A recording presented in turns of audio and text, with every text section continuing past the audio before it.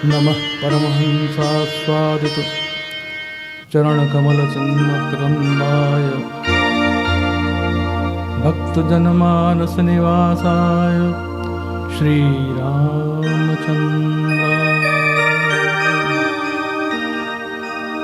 नारायणं नमस्कृत्य नरं चैव नरोत्तमं देवीं सरस्वतीं व्यासं ततो जयमुदीरये। श्रीकृष्ण गोविंद हरे मुरारे, हे नाथ नारायण वासुदेव। श्रीकृष्ण गोविंद हरे मुरारे, हे नाथ नारायण वासुदेव। हरे मुरारे, हे नाथ नारायण वासुदेव। श्रीकृष्ण गोविंद हरे मुरारे, हे नाथ नारायण वासुदेव। श्रीकृष्ण गोविंद हरे मुरारे, हे नाथ नारायण वासुदेव।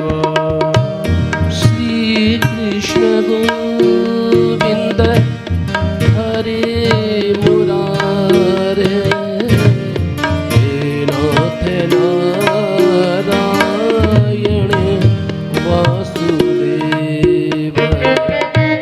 श्रीकृष्ण गोविंद हरे मुरारे, हे नाथ नारायण वासुदेव। श्रीकृष्ण गोविंद हरे मुरारे, हे नाथ नारायण वासुदेव। श्री बालकृष्ण लाल की जय जय श्री राधे, जय जय श्री राधे, जय जय श्री राधे।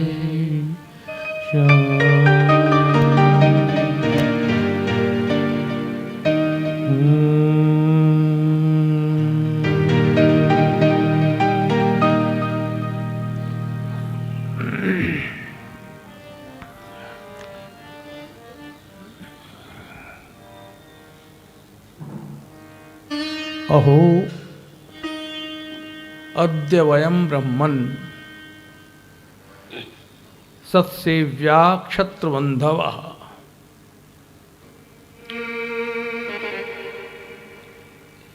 ये जीवन का सौभाग्य कब माना जा सकता है? जब सत्सेव्या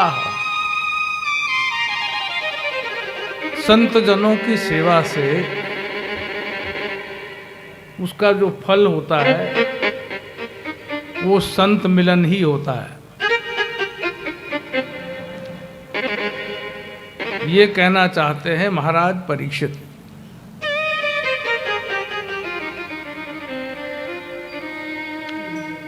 बिना संत सेवा के संत दर्शन नहीं होता, और संत दर्शन होता है तो भगवत दर्शन के लिए समय आ जाता है। अब भगवान का दर्शन होगा।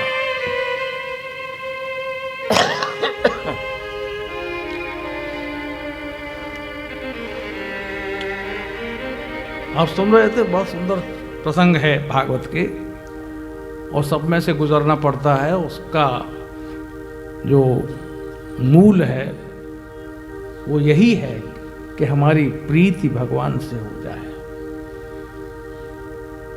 भगवत प्रीति जग जाए। और वो बिना सत्संगति के हो नहीं सकती। कभी संत कृपा कर दें तो सत्संगति हो जाएगी,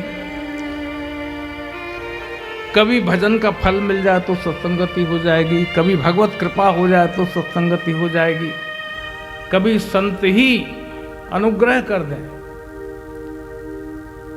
बिना बताए, बिना बुलाए, बिना निमंत्रण के संत आ जाएं और हमें दर्शन दे दें, ये बड़ी बात है। एक ऐसा व्यक्ति जिसको शाप लगा हुआ है, 7वें दिन मृत्यु होनी है और वो दुविधा में है कि मैं क्या करूं, क्योंकि उसकी मृत्यु निकट है। एक ऋषि पुत्र के शाप के कारण महाराज परीक्षित को ये दुविधा है कि मैं क्या करूं क्या ना करूं। मृत्यु का समय निकट है, 7वें दिन मर जाऊंगा तो मैं क्या करूं। तो ऐसे समय में अचानक श्री सुखदेव का वहां आगमन हो गया। गंगा का किनारा, राजसी वस्त्रों का परित्याग करके, समस्त वस्त्राभूषणों का परित्याग करके केवल एक जीवन का कोई लक्ष्य नहीं है, केवल मरना ही है। क्योंकि पता है कि मरना है, पता लग जाए कि मरना है तो उसके लिए हम क्या करें, ये दुविधा तो आ ही जाती है। जीने के लिए भी बहुत सी दुविधाएं हैं कि कैसे जिए। उल्टा सीधा जीते हैं लोग, मनमाना जीते हैं और उसके परिणाम का उनको ज्ञान नहीं होता और वो उसी तरह जीते चले जाते हैं। खाओ पियो सो जाओ, खाओ पियो सो जाओ, जो काम मिल जाए वो काम कर लो, बदले में पैसा मिल जाए बैंक में जमा कर लो। यही तो हो रहा है जीवन में, और क्या कर रहे हैं हम। तो जीवन भी दुविधा में है और मृत्यु भी दुविधा में है। तो क्या करे ये राजा, साधारण नहीं, कुरजांगल देश का एक क्षत्र अधिपति है और उसके पिता ने उसका सिंहासन आरूढ़ करके, उसके मस्तक पर तिलक करके, उसके सिर पर एक मुकुट धारण कराकर एक देश का अधिपति बना दिया है। और ये शाप का समय निकट आया तो अब वो क्या करे, क्योंकि मृत्यु होनी।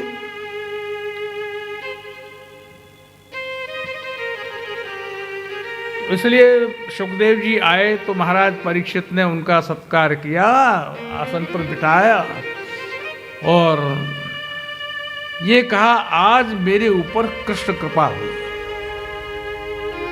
शब्दावली बहुत अच्छी है। संत मिले तो कृष्ण कृपा और कृष्ण मिले तो संत कृपा। ये दोनों ही आधाराधेय न्याय से एक दूसरे के पूरक हैं। जैसे मकान से मकान वाला और मकान वाले से मकान। अगर मकान न हो तो मकान वाला कैसे हो सकता है, और मकान वाला न हो तो मकान में कौन रहेगा। तो मकान वाले से मकान होता है और मकान से मकान वाला होता है। वैसे ही संत और भगवंत दोनों का मिलना एक दूसरे का पूरक है। भगवंत मिले, इसके लिए संत की भूमिका बहुत आवश्यक है।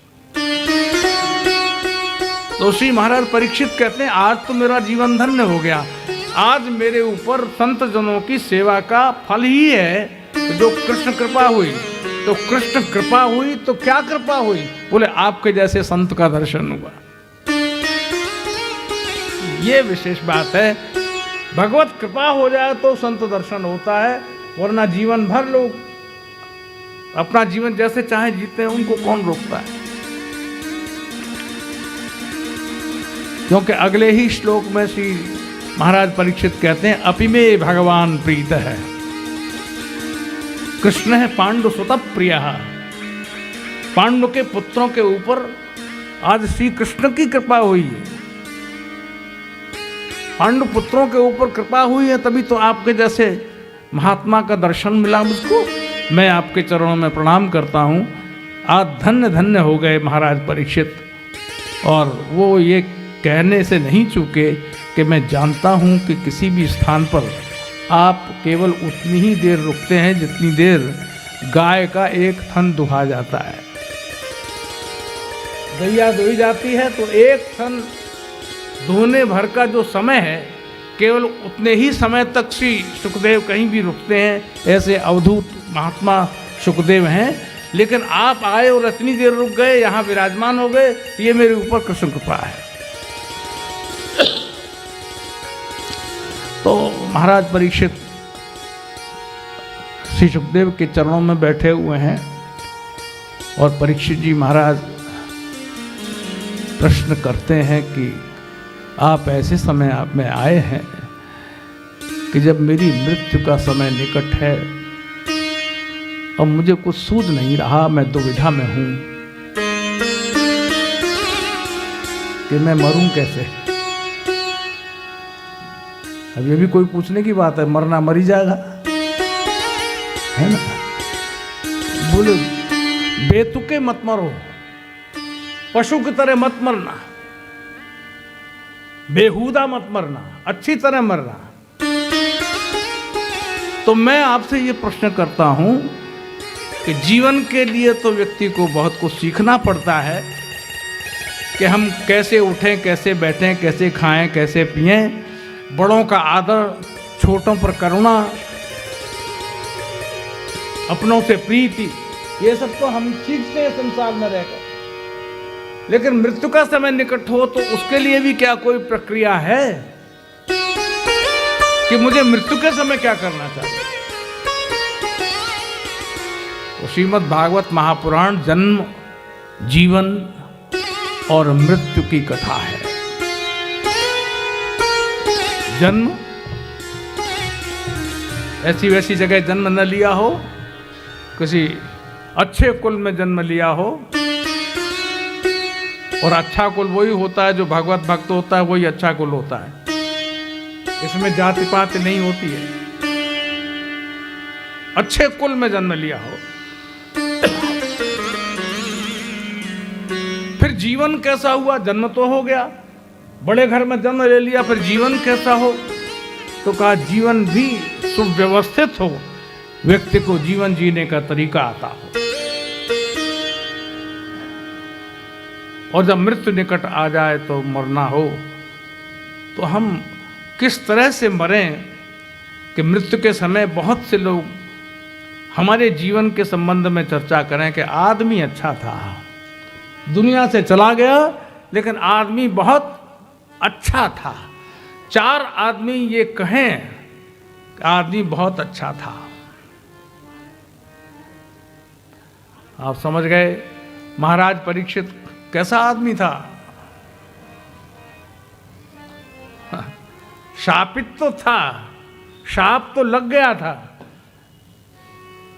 लेकिन ये वो राजा था जो धर्म पर टिका हुआ था, जिसके कारण सारे राज्य में धर्म का विस्तार बहुत था और अच्छे लोग रहते थे उसके राज्य में, इसलिए आदमी अच्छा है। तो महाराज परीक्षित ने प्रश्न किया, महाराज आप कृपा पूर्वक बताइए कि मेरी मृत्यु का समय है, मुझको क्या करना चाहिए, मैं बड़ी दुविधा में हूं।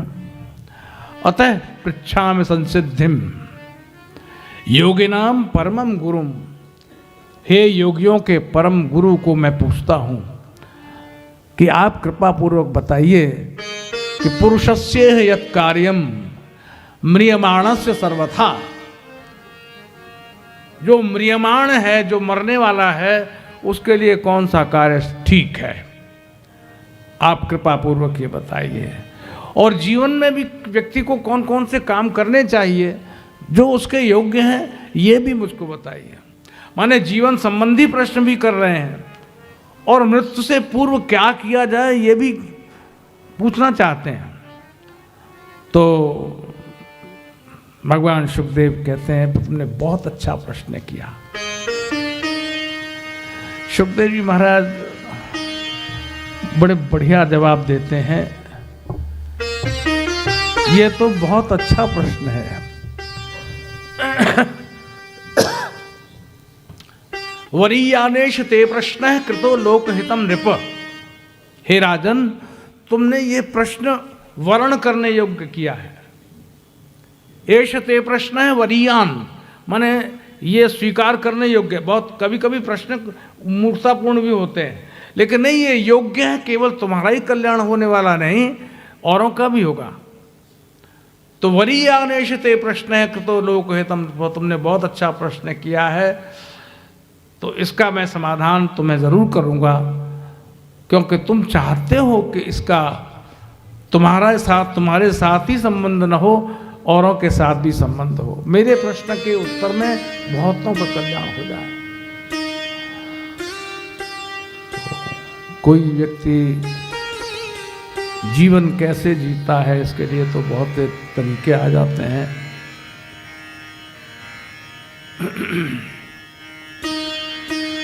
लोग तीर्थ स्थान पर भी आते हैं तो भी खाओ पियो का चक्कर चलाते रहते हैं।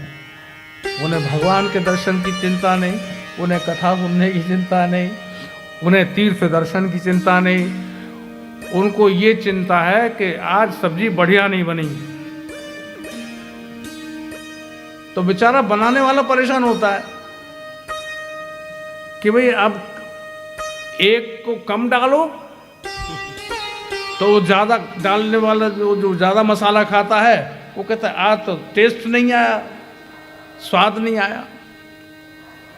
तो क्या करें? तो पूछा भाई क्या बात है, अब इतने लोगों में 4 आदमी इकट्ठे हो जाएं, इतने लोगों में बेचारा रसोईया बनाने वाला बनाए,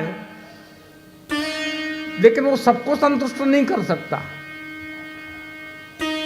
उसका एक समाधान है कि फीका फीका दे दो और नमक अलग से रख दो और मिर्ची भी अलग से रख दो, तो ऊपर से डाल दो, फिर अपना अपना जिसको जितनी जरूरत है अपने मसाला डाल दो, खाओ।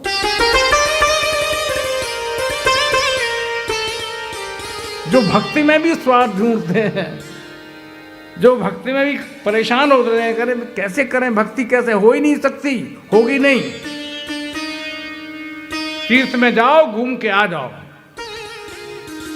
तो घर बैठो, बढ़िया बनाओ, बिना नमक का खाओ, बिना चीनी का खाओ, बिना मिर्ची का खाओ, तुम्हारा घर है, घर अपने बाप का। बाहर जाओगे और कहीं तीर्थ में जाओगे, तुम्हारा थोड़ा तो सामंजस्य करना पड़ेगा, तालमेल तो बिठाना पड़ेगा। भाई चलो ठीक है, तो करने वाले तो ये थोड़ा सा उसमें पानी डाल देते हैं, नमक ज़्यादा है पानी डाल दो थोड़ा, ऐसे घोल लो, हल्का हो गया नमक। गर्म पानी ले आना भैया, ज़रा सा डाल दो, ठीक है सुशीला, ठीक।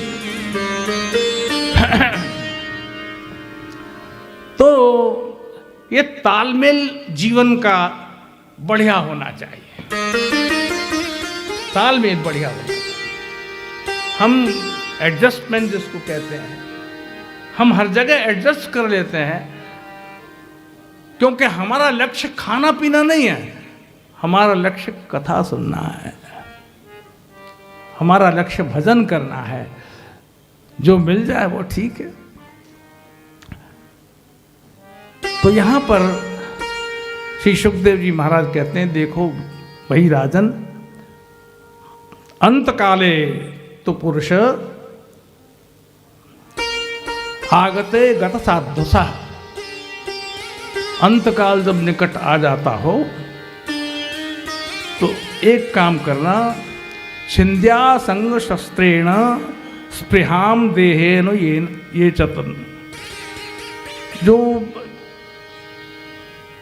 आसक्ति है, उस आसक्ति का परित्याग करके तब मृत्यु की तैयारी करें। लोगों की मृत्यु होते समय देखा गया है कि संसार से ही उनकी मति गति लगी रहती है। पूज्यपाल श्री डोंगरे जी महाराज एक कथा सुनाया करते थे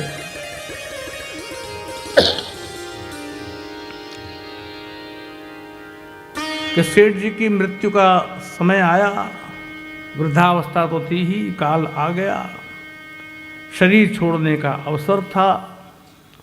चारों तरफ से सारा परिवार चिंतित हो गया। डॉक्टर को बुलाया।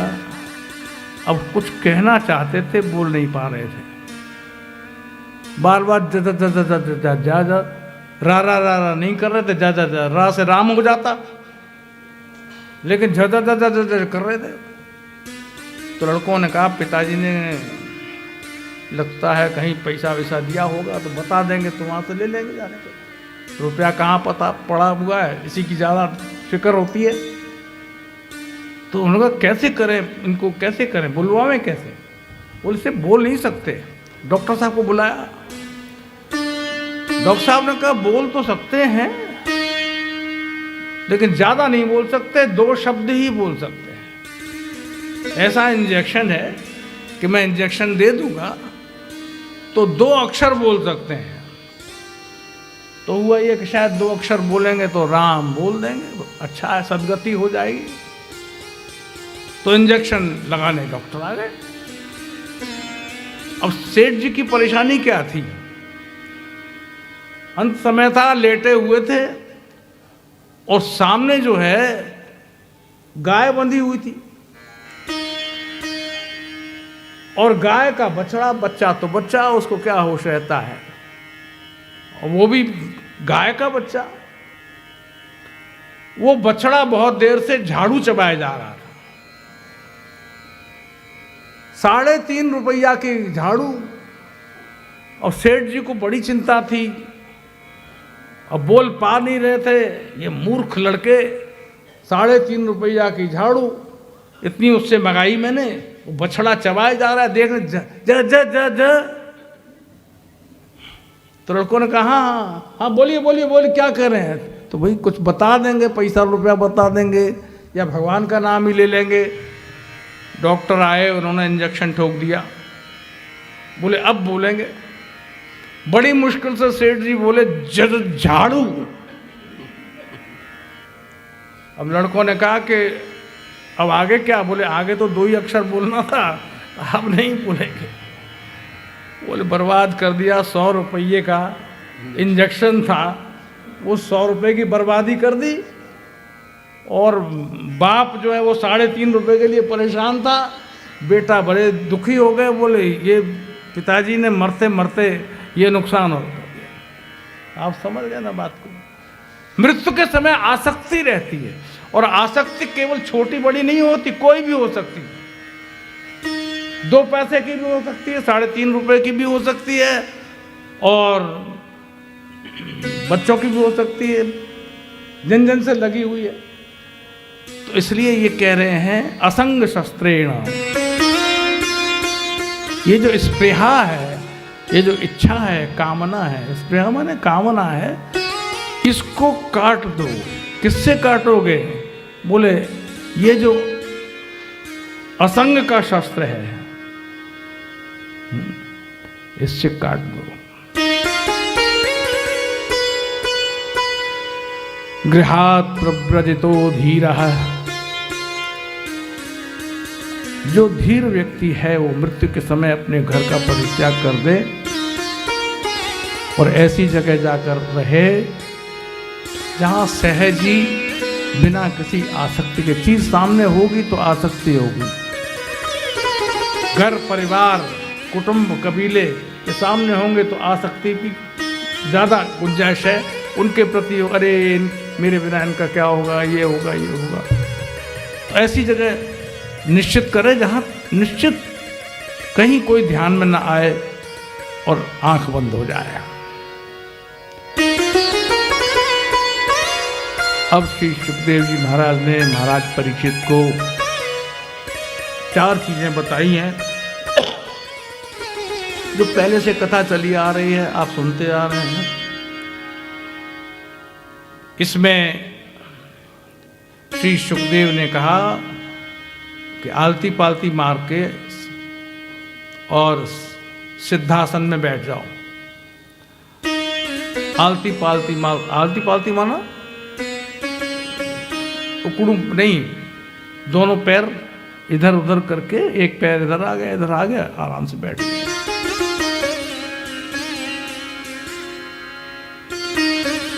अब इसमें हमें सुखदेव जी का एक श्लोक कहता हूं कि वो उसका पूरे भागवत में उस श्लोक का बड़ा महत्व है,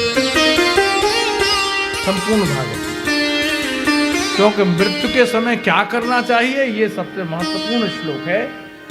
तो मैं इसको सबसे कहता हूं, सब मेरे साथ करो।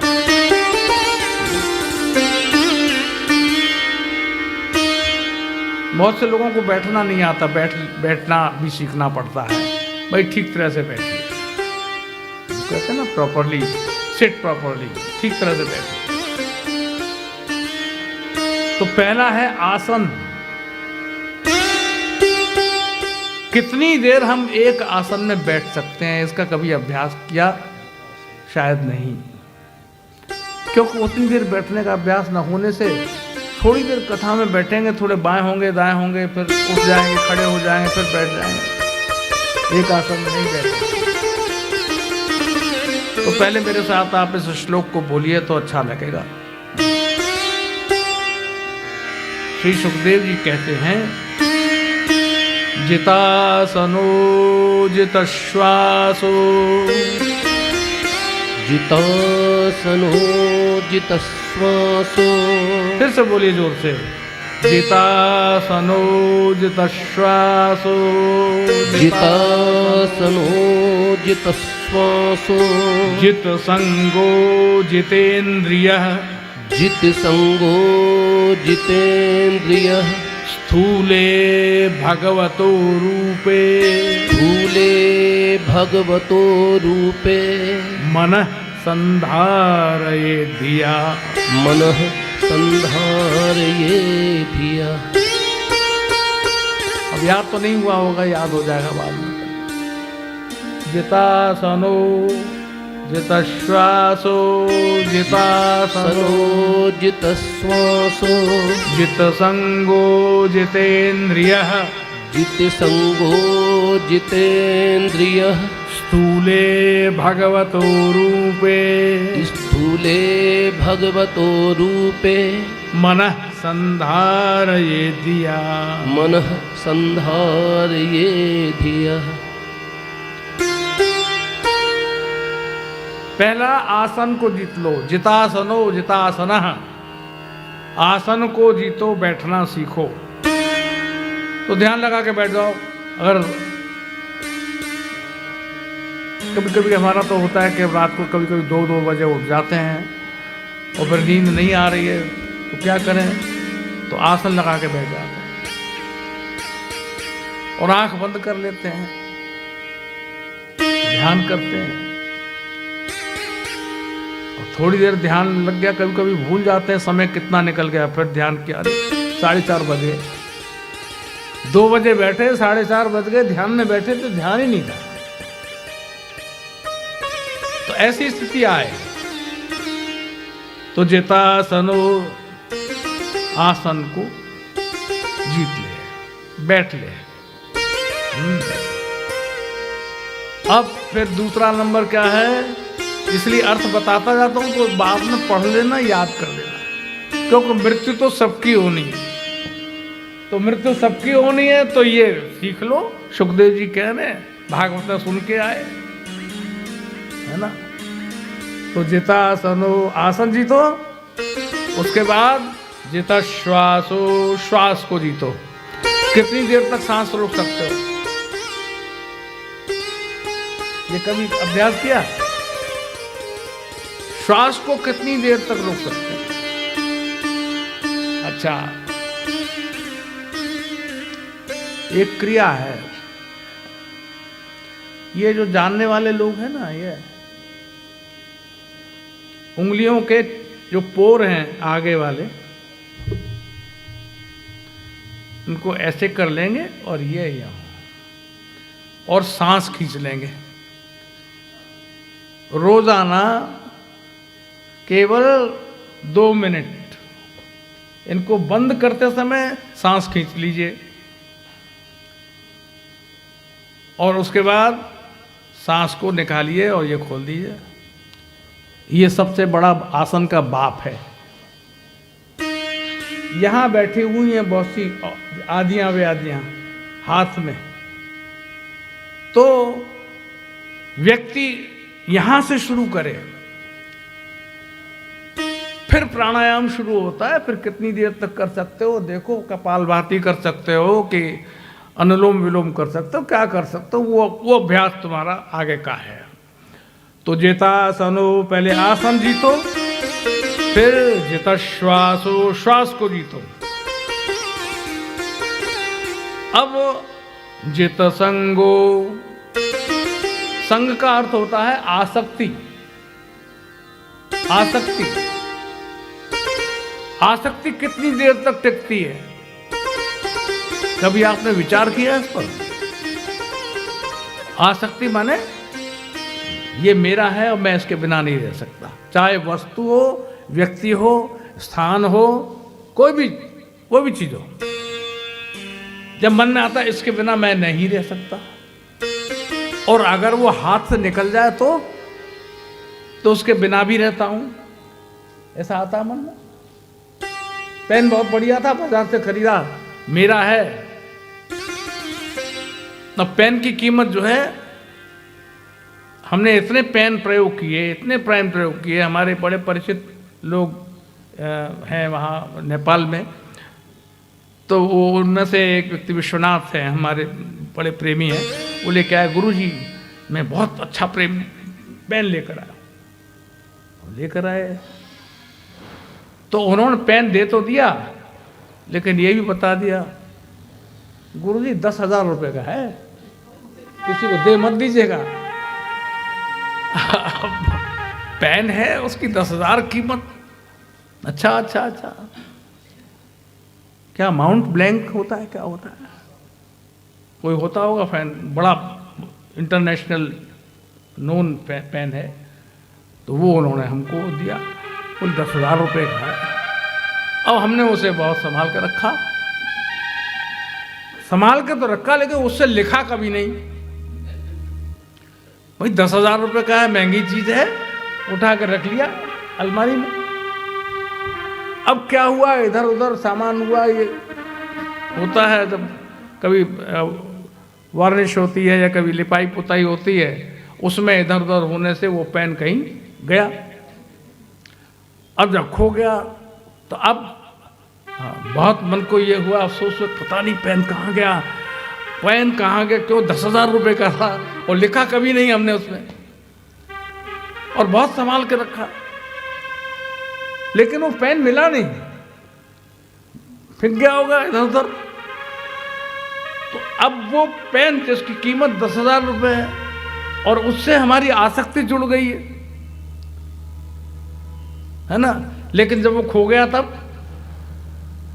तब भूल गए, अनासक्ति हो गई उससे, फिर कोई आसक्ति नहीं, क्योंकि वो गया तो गया।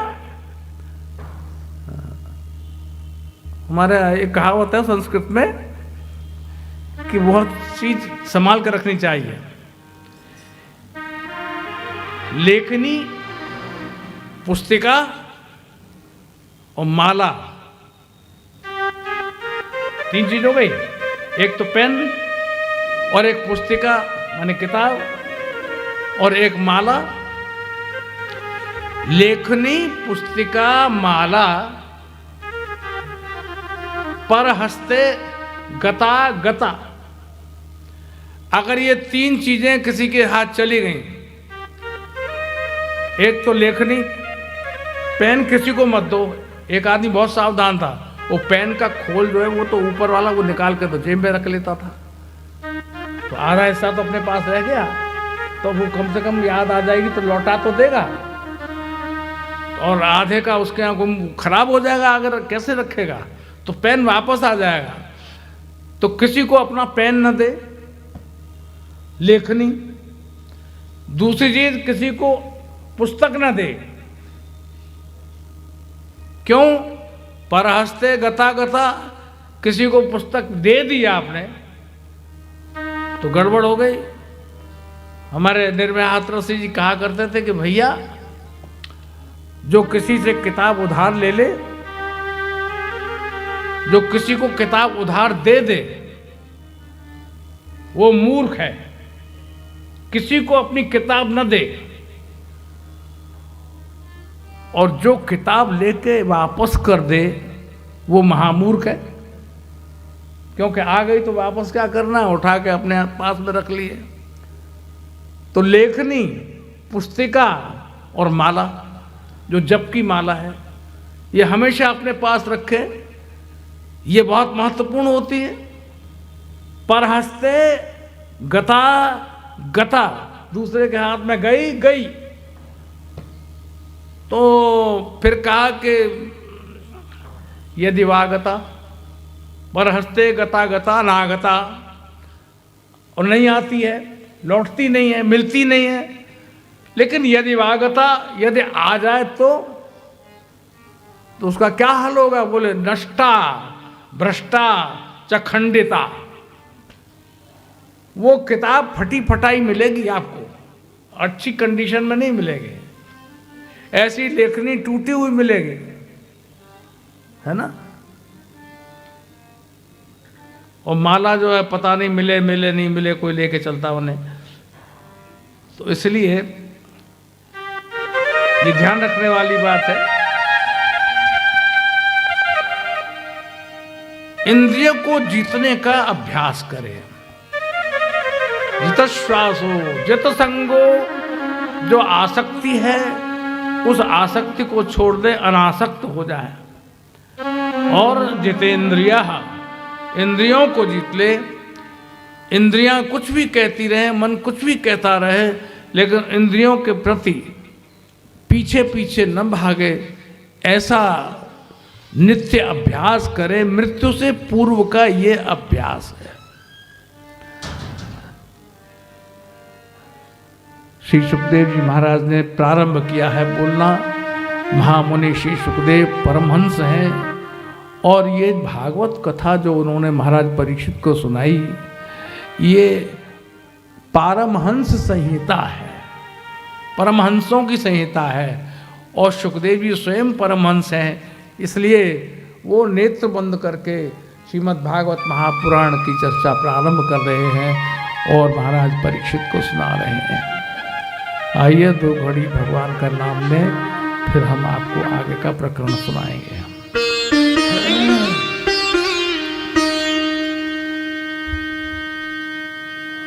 पांडुरंग हरि गोपाल कृष्ण हरि,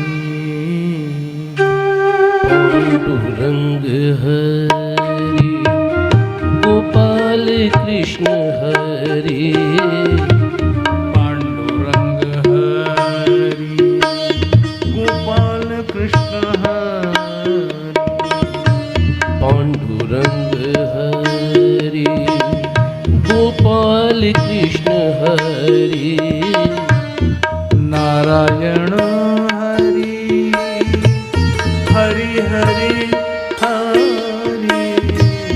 नारायण हरि हरि हरि हरि, नारायण हरि हरि हरि हरि, नारायण हरि हरि हरि हरि, पांडुरंग हरि गोपाल कृष्ण हरि,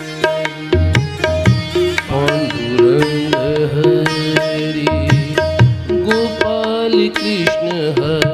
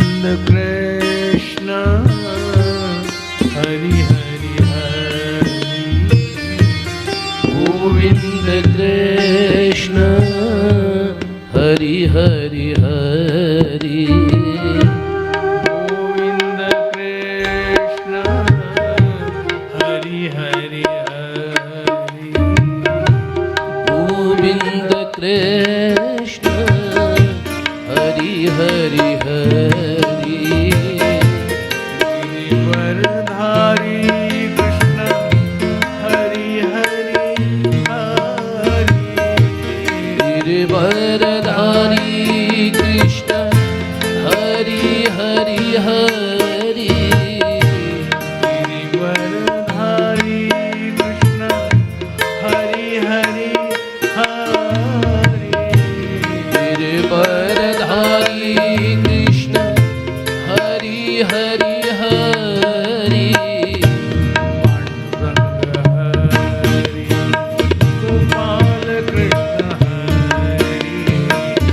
पांडुरंग हरि गोपाल कृष्ण हरि। पांडुरंग हरि पांडुरंग हरि हरि हरि हरि।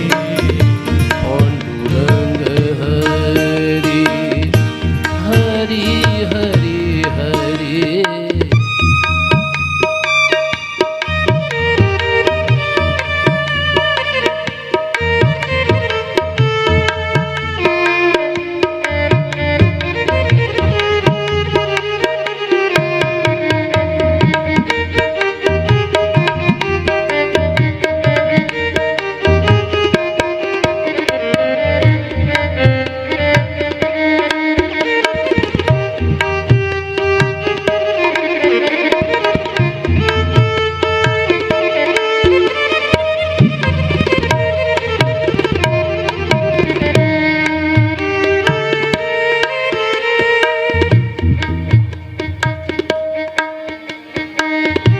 हरि व्यापक सर्वत्र समाना,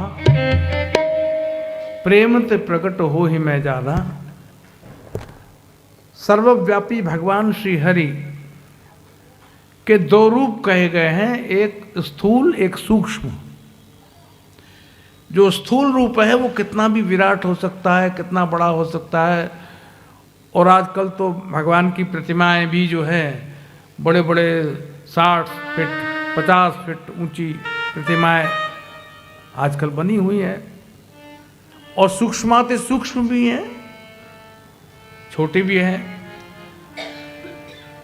भगवान लड्डू गोपाल भी हैं और शालिग्राम भी हैं, छोटे से ही हैं।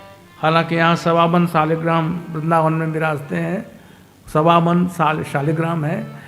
लेकिन बहुत से शालिग्राम की सेवा हमारे महात्मा लोग करते हैं, अपने साथ ही रखते हैं, गृहस्थ लोग भी करते हैं, है ना। तो वो प्रत्यक्ष रूप है उनका, भगवान का। अणोरणीयान महत्व महीयान, छोटे से छोटे भी भगवान हैं और बड़े से बड़े भी भगवान हैं, विराट भी है। ऐसे भगवान के दो स्वरूप देखने में आते हैं। और विराट इतने कि सारा विश्व उनमें समा जाता है। श्रीमद् भागवत के दूसरे स्कंद में भगवान के विराट रूप का वर्णन किया गया है। कितने हैं बोले कुछ मत पूछिए। पाताल में तस्य ही पाद मूलम, जो पाताल है उनके चरणों का नीचे का है, सबसे नीचे चरण, पाताल में तस्य ही पाद मूलम। और पठन्ति पार्षणे प्रपदे रसातलम, जो रसातल है वो भगवान के प्रपद हैं, माने नीचे पैरों का जो तलुआ है वो भगवान के। महातलम विश्वरजोत गुल्फौ तलातलम वै पुरुषस्य जंघे, उस विराट पुरुष की जो जंघाएं हैं वो तलातल है। इस तरह से भगवान का विराट रूप वर्णन करने में श्री सुखदेव जी महाराज यहाँ उनकी विभूतियों का वर्णन करते हैं। ऐसे भगवान हैं जो माने, जिस रूप में माने, कोई विराट को मानता है, कोई सूक्ष्म को मानता है, कोई छोटे किसी के बड़े। महात्मा जी सर्वत्र भ्रमण करते थे और उनकी सेवा में शालिग्राम जी विराजमान रहते थे। तो शालिग्राम देखे आपने, बहुत सबने देखे होंगे शालिग्राम को। शालिग्राम जी सबने देखे होंगे। ये स्वयं प्रकट भगवान है। और वहाँ नेपाल में जो प्रकट होते हैं तो वो वहाँ पर शालिग्राम की छोटी पट्टियाँ भी होती, बड़ी भी होती है। हमको तो वहाँ रहने का अवसर मिला तो वहाँ से बहुत से ढेरों ले आए थे, फिर बहुत लोगों को दे दिए।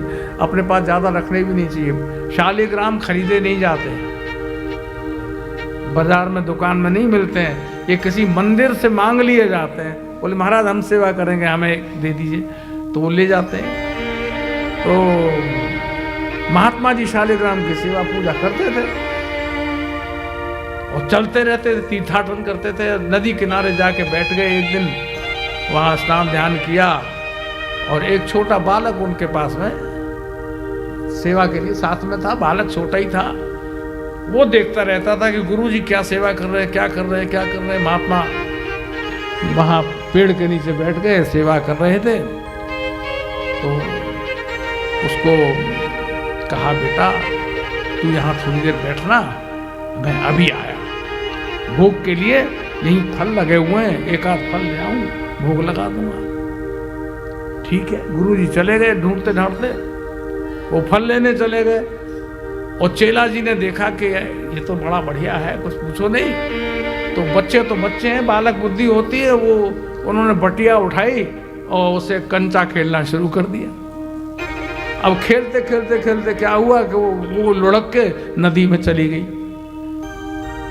अब बड़ी मुश्किल है, उसने कहा अब क्या करूं, गुरुजी आएंगे तो डांट पड़ेगी। गुरुजी के गुस्से से भी डरता था चेला, तो अब क्या करूं, उसको कुछ सूझा नहीं। तो वहीं पास में एक जामुन का पेड़ था, अच्छी जामुन हो रही थी, बढ़िया बड़े साइज की। तो उसने एक जामुन चढ़ के जल्दी से पेड़ पर और एक जामुन तोड़ के ले आया। उसने शालिग्राम जी की जगह वो जामुन रख दी। अब गुरुजी आए, उनको तो सेवा पूजा करनी थी, तो गुरुजी ने क्या किया, अपने लोटे के जल से उन्हें थोड़ा जल चढ़ाया, उसी जामुन पे चढ़ाया। वो समझे वही शालिग्राम है, वो चढ़ाया और अभिषेक किया। अभिषेक करने के बाद वस्त्र लेकर जैसे ही उन्होंने पहुंचना चाहा, वैसी गुठली निकल के पट से बाहर चली गई और छिलका रह गया। गुस्से में बुलाया है, क्यों, ये क्या हो गया, ये क्या कर दिया तुमने? बोले गुरुजी हमने कुछ नहीं किया। बोले नहीं, तुम नहीं किया है। अब गुरुजी आपकी गलती है। बोले हमारी क्या गलती है? बोले हमारी हम देखते थे रोज आप क्या करते थे। बोले पुनि पुनि चंदन और पुनि पुनि पानी और शालिग्राम गले गए हम का जानी। रोजाना पानी, रोजाना चंदन, रोजाना पानी, रोजाना पुनि चंदन। तो अब हमारी कोई गलती नहीं है इसमें, आपकी गलती गुरु जी। आप समझ गए, भगवान का ही रूप है, सूक्ष्म रूप है। शालिग्राम भगवान साक्षात प्रकट थे, अपने आप स्वयं प्रकट हैं। शालिग्राम जी स्वयं प्रकट हैं और दो स्वयं प्रकट भगवान के स्वरूप हैं। एक तो नर्मदेश्वर जो हमारे यहाँ विराजमान है, भगवान नर्मदेश्वर, नर्मदा जी से ही लेकर हम आए, यहाँ पर विराजमान कराया, अभिषेक कराया, विधिवत सब जो कुछ होता है।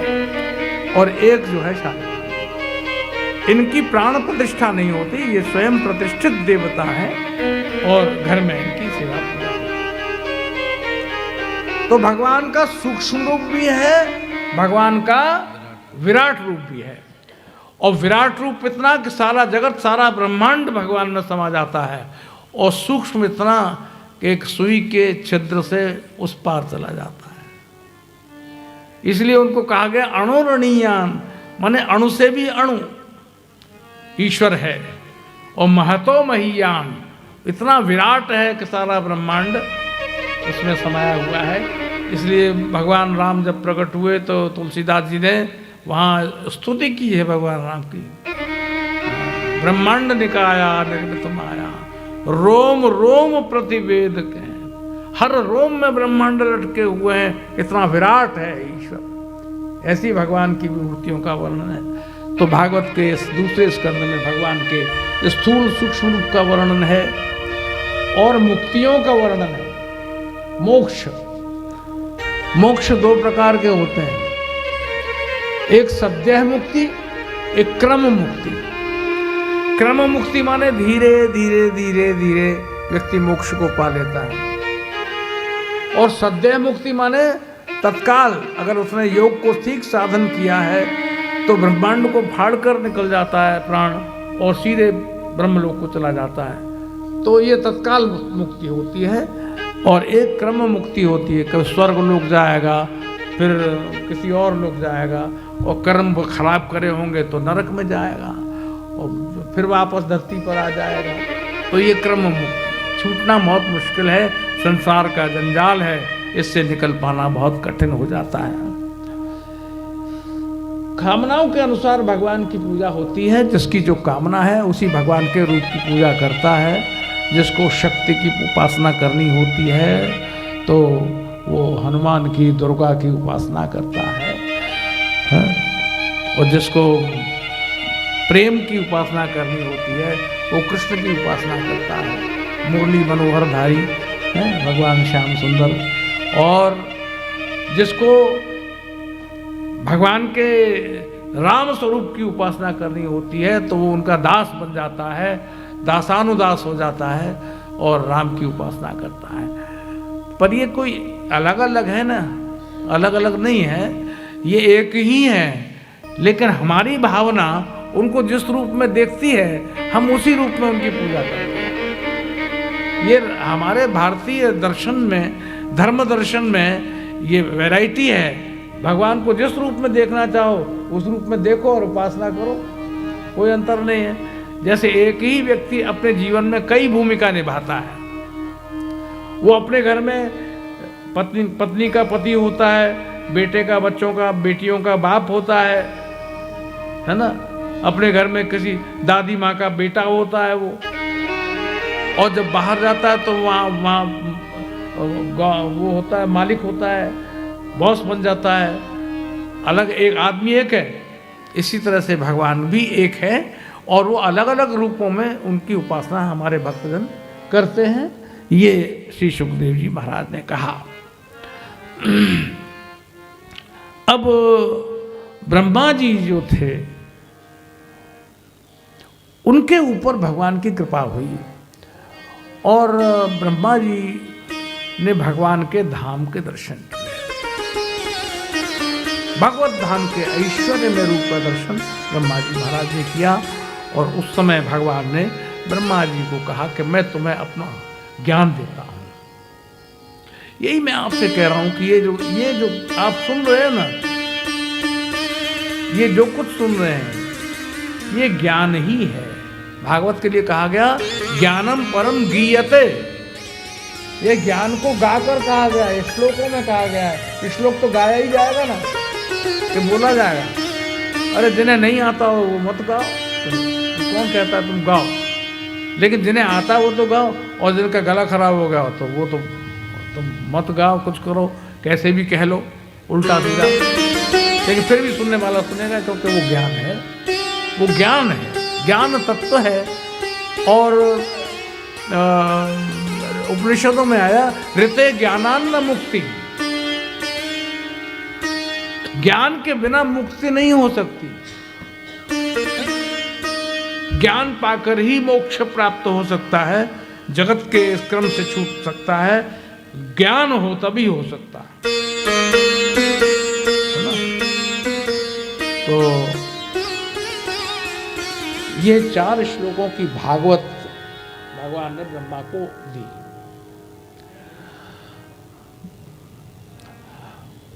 भगवत धाम का दर्शन कराया और ज्ञान का दर्शन कराया। 4 श्लोकों में सारी भागवत सुना दी। मैं कल आपसे कह रहा था कि एक श्लोकी भागवत, एकाक्षरी भागवत कौन सी थी वो? हाँ, बड़ी जल्दी याद हो गया। एक ही अक्षर है ना, उसका क्या है, वो तो चाहे बोल लो चाहे लिख लो तुरंत याद हो जाती है। अब एक भागवत है 4 श्लोकों की, वो भागवत भगवान ने ब्रह्मा को दी। अब चाहे वो ओम के रूप में दी हो, उसका विभाजन हो गया हो, या 4 श्लोकों में दी हो, लेकिन भागवत में वो 4 श्लोकों में ही कही गई। अब भगवान क्या कहते हैं, बोले अब ये ध्यान से सुनो। ये बहुत सुनने वाली चीज है, क्योंकि ये सारा जगत जो दिखाई दे रहा है ये किसने बनाया? कभी सवाल तो मन में उठना चाहिए कि ये संसार किसने बनाया। और मुझे भी, अपने आप को भी सोचिए कि हमें किसने बनाया और हम कौन हैं। और हमारा जीवन सीमित है, 60 साल, 70 साल, 80 साल, 90 साल और 100। बहुत मुश्किल से कोई 100 तक पहुंचता है, ठीक है ना? तो ये समय का निर्धारण किसने किया?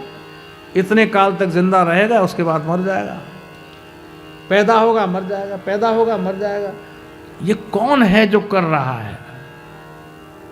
ये प्रश्न मन में उठता है। और इस संसार बनने से पहले कौन था?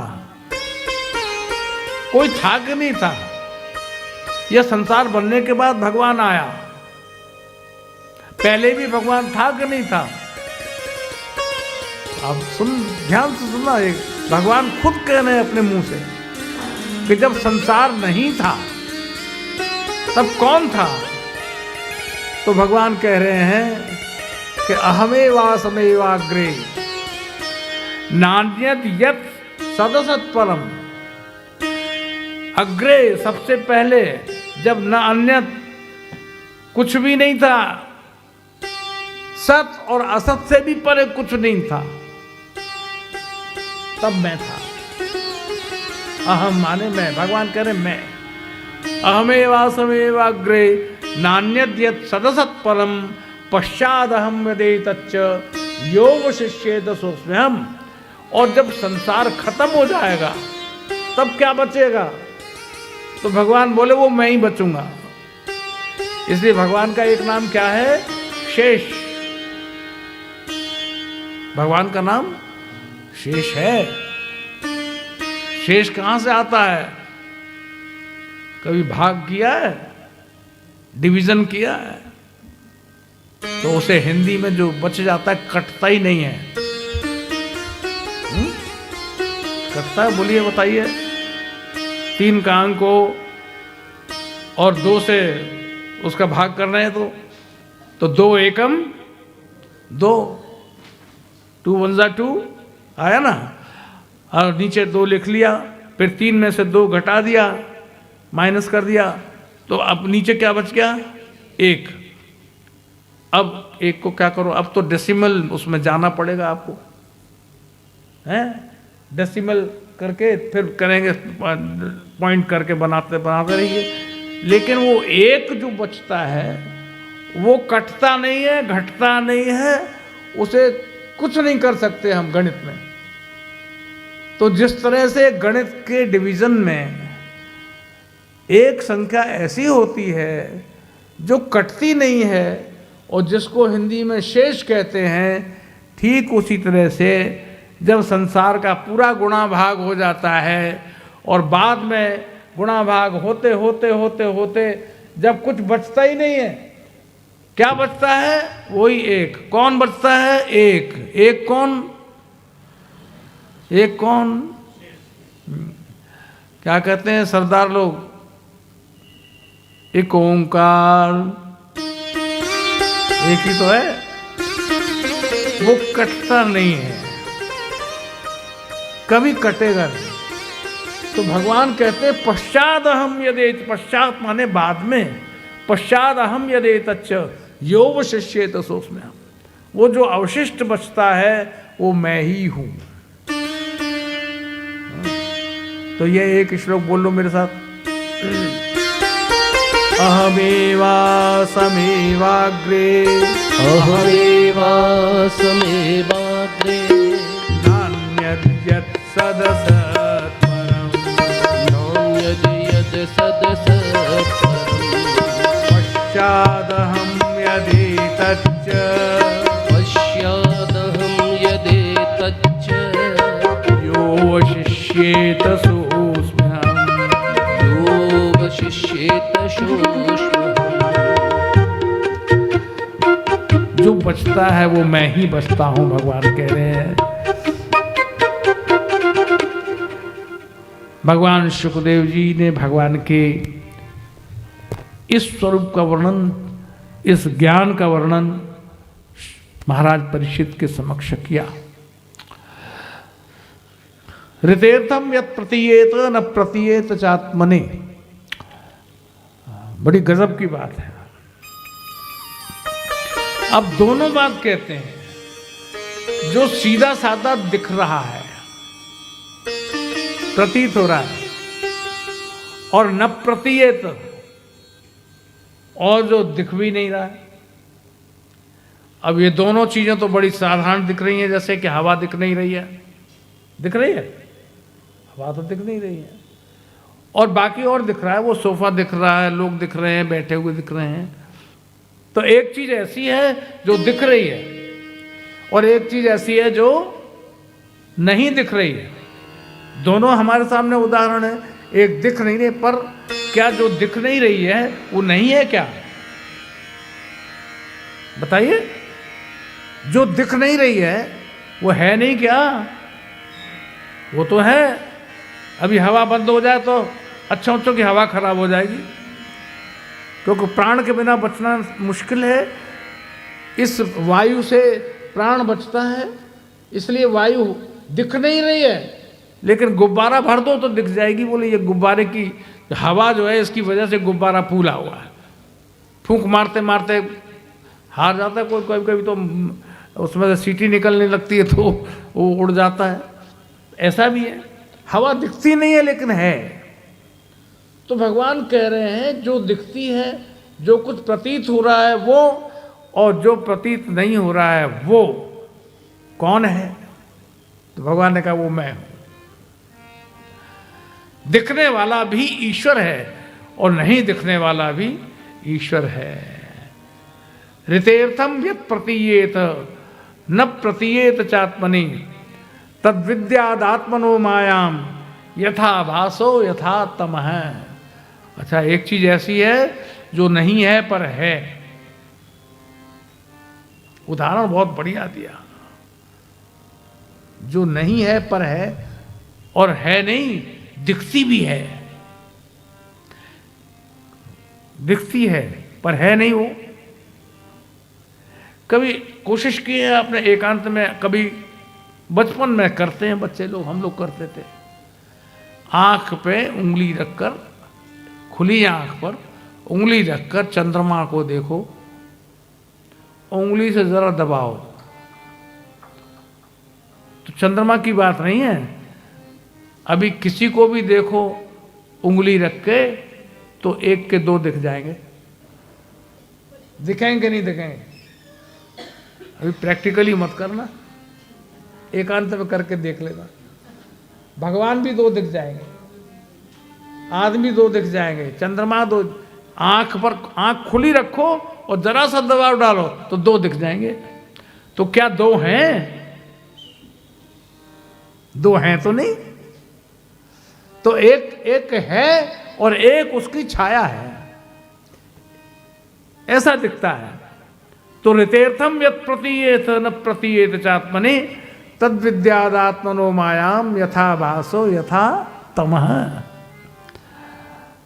अब तीसरे श्लोक में कहते हैं यथा महांति भूतानि भूतेषु चावचेष्वनो प्रविष्टान्य प्रविष्टानि तथा तेषु न तेष्वहम्। भगवान कहते हैं सबके अंदर प्रविष्ट भी हूं और नहीं भी हूं, सबके अंदर हूं भी और नहीं भी हूं। माने दृष्टा भी मैं हूं और दृश्य भी मैं हूं। संसार जो दिख रहा है वो भी ईश्वर है, और जो संसार को देख रहा है वो भी ईश्वर है। कौन देखता है? आंख देखती है क्या? आंख देखती है? तो आप मरने के बाद आंख क्यों नहीं देखती? कान सुनते हैं, मरने के बाद कान क्यों नहीं सुनते? तो वो कौन है जो कान के द्वारा सुनता है, आंख के द्वारा देखता है, जीभ के द्वारा स्वाद लेता है? तो कहा बिन पद चले सुनई बिनु काना। बिना पैर के जो चलता है वही ईश्वर है, सर्वत्र परिव्याप्त है, वो सबके अंदर भी है, सबके बाहर भी है। प्रविष्टान्य प्रविष्टानि तथा तेषु न तेष्वहम्। तो एतावदेव जिज्ञास्यम् तत्व जिज्ञासुनात्मनः अन्वय व्यतिरेकाभ्याम यस्यात् सर्वत्र सर्वदा। अन्वय और व्यतिरेक से सर्व जगह मौजूद बने, संबंध और कारण से। संबंध माने जो हमारी माताएं गहना पहनती हैं, तो उस गहने का संबंध, सबसे बड़ा संबंध किससे है? जो गहना पहनती हैं उस गहने का संबंध किससे है?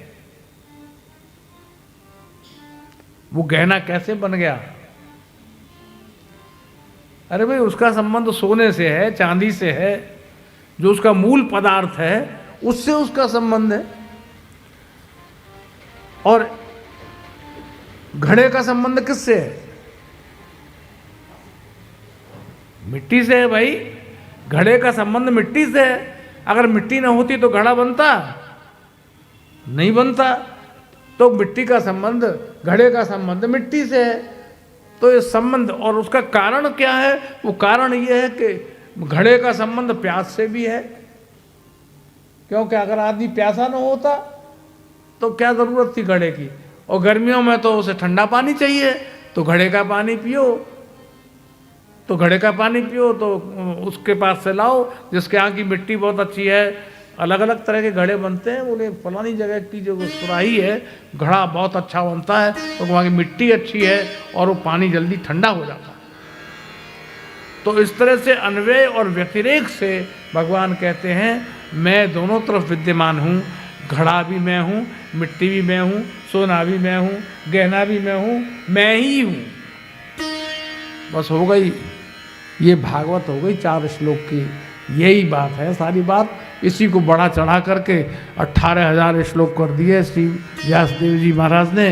तो ऐसा अद्भुत वर्णन यहाँ पढ़ने में आता है। महापुराण है भागवत। महापुराण के 10 लक्षण हैं। अभी आप सुन रहे थे, हमारे अमृतांशु से वर्णन कर रहे थे। अत्र सर्गो सर्गस्य स्थानम पोषण मूत है मनवंतरेशानुकथा निरोधो मुक्तिराश्रय। ये 10 गुण जिस पुराण में होते हैं उसको महापुराण कहा जाता है। ये 10 गुण भागवत महापुराण में है और इसीलिए भागवत महापुराण को सर्वोपरि कहा गया है। श्रीमद् भागवत महापुराण का कथन और श्रवण जो लोग करते हैं वो निश्चित रूप से मुक्त हो जाते हैं। उन्हें जगत में फिर आना नहीं पड़ता। इस तरह से ये दूसरा स्कंद, भागवत के कितने स्कंद है मालूम है आप लोगों को? भागवत में 12 स्कंद है। 12 स्कंद में ये जो मैंने अभी वर्णन किया, ये भागवत में दूसरा स्कंद है। अभी 10 स्कंद बाकी है। तो तीसरा स्कंद प्रारंभ करेंगे हम, लेकिन उससे पहले फिर चलिए हम अपनी वाणी को धन्य कर लें। हमें भी थोड़ा विश्राम मिल जाएगा और आप भी आनंद से फिर श्रवण कीजिए। श्रीमन् नारायण नारायण नारायण श्रीमन् नारायण नारायण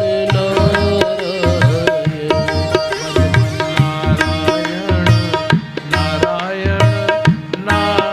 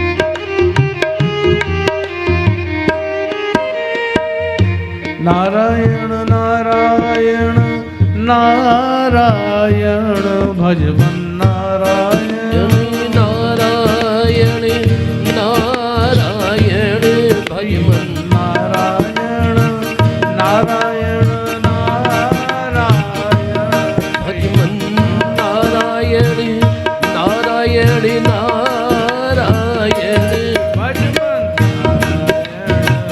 नारायण नारायण भजमन नारायण नारायण नारायण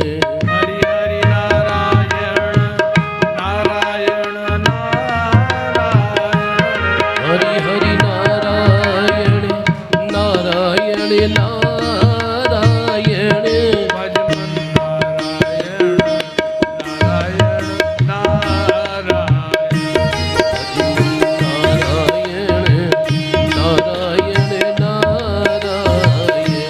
नारायण नारायण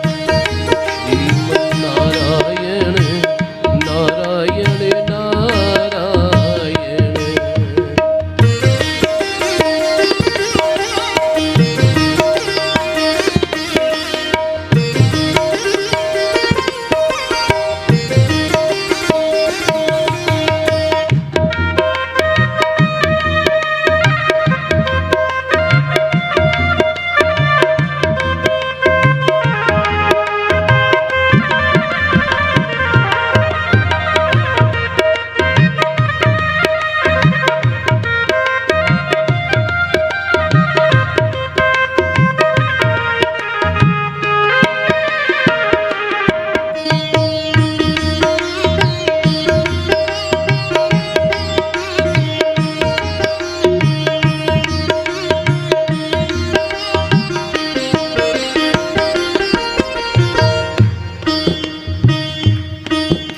सत्यनारायण नारायण नारायण सत्यनारायण नारायण नारायण लक्ष्मी नारायण नारायण नारायण लक्ष्मी नारायण नारायण नारायण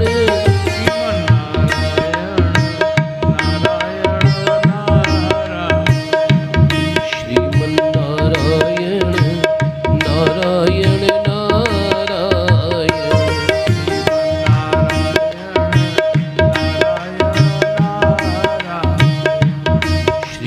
श्रीमन्नारायण नारायण नारायण श्री लक्ष्मी नारायण भगवान की जय।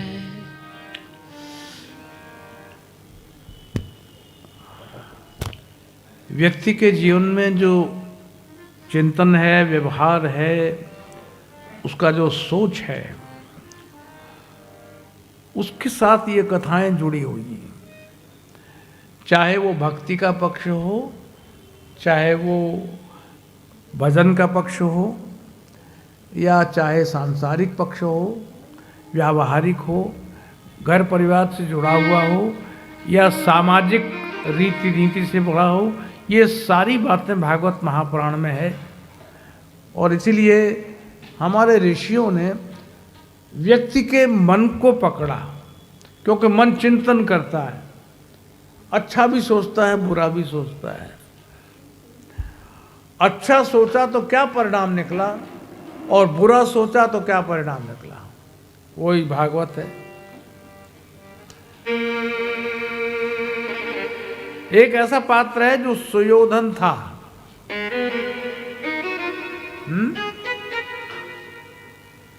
लेकिन क्या बन गया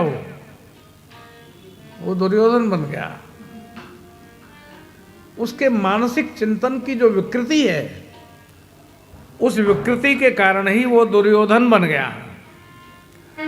अब योधन तो योद्धा से जुड़ा हुआ, लड़ाई लड़ने से बड़ा भारी योद्धा है, लेकिन बहुत बुरा योद्धा है, अच्छा योद्धा नहीं है।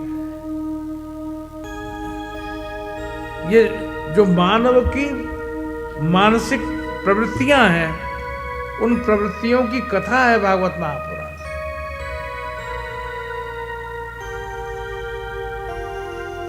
दुर्योधन ने एक ऐसे व्यक्ति को, जो न केवल उनका चाचा था बल्कि महाज्ञानी भी था, उनको निकल जाने का आदेश दिया। हमारे यहां से निकल जाओ। निर्वास्यतामाशु, इसको शीघ्र ही निकाल दो, बाहर निकाल दो। क्योंकि जो विदुर काका थे, इन पांडवों के बड़े पूज्य थे, वो परम ज्ञानी थे और साधारण नहीं थे, वो अवतारी पुरुष थे। उदासी पुत्र होने का शाप लगने के कारण इस जन्म में मनुष्य योनि में तो आए, लेकिन दासी पुत्र बन गए, ये शाप के कारण हुआ। और वो परम ज्ञानी थे और उन्होंने समझाया, दुर्योधन तुमको ये शोभा नहीं देता, तुम इतने अच्छे वंश से हो, अच्छे कुल से हो, अच्छे परिवार से हो। ये जो पांडव थे ना, ये भी कौरव थे, ये कुरुवंशी ही थे, ये पांडु के कारण पांडव कहला दिए। तो विदुर जी नीति का उपदेश कर रहे थे, लेकिन जब ज्यादा बर्दाश्त नहीं हुई, अपने विषय में अगर कोई व्यक्ति मुंह देखी भलाई करे, बहुत बड़ाई करे, तो फूल के आदमी कुप्पा हो जाता है। और जरा सा एक आध बात बता दे कि भाई एक चीज आपकी बड़ी खराब है, बोल चलिए आपको कब जाना है, यहां से जाइए। वो एक बुराई बर्दाश्त करने को आदमी तैयार नहीं होता। क्रोध में आ गया दुर्योधन, उठ के खड़ा हो गया और तत्काल आदेश दिया, निर्वास्यताम, निर्वासित कर दो इनको, बाहर निकालो। और एक पल का विलंब नहीं होना चाहिए, आशु, तुरंत इनको बाहर निकाल दो। और तब विदुर जी अपनों से चोट खाए हुए ज्ञानी हैं, ज्ञानी को कोई असर नहीं पड़ता, अपने ही गोद में खिलाए हुए इस दुर्योधन की इन बातों से थोड़ा कष्ट तो जरूर हुआ। इसलिए खिन्न मन से विदुर जी हस्तिनापुर का परित्याग करके चले गए। देखो जैसे उड़ जहाज को पंछी फिर जहाज पे आवे, मेरो मन अनंत कहां से खुपावे।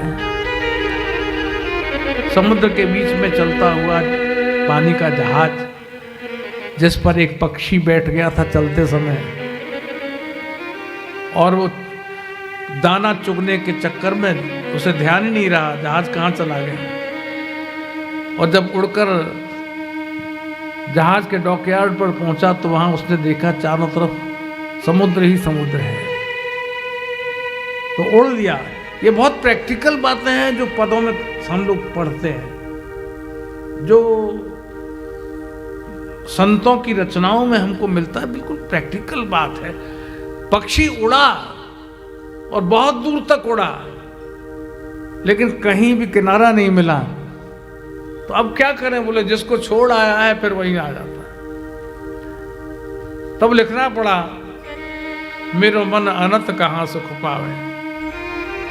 जैसे उड़ी जहाज को पंछी फिर जहाज पे आवे, जैसे जहाज का पक्षी उड़ता है और कहीं शरणागति पाता नहीं, कहीं उतरने की जगह नहीं देखता, तो लौटकर फिर जहाज पे आ जाता है। वैसे ही भक्त का मन है,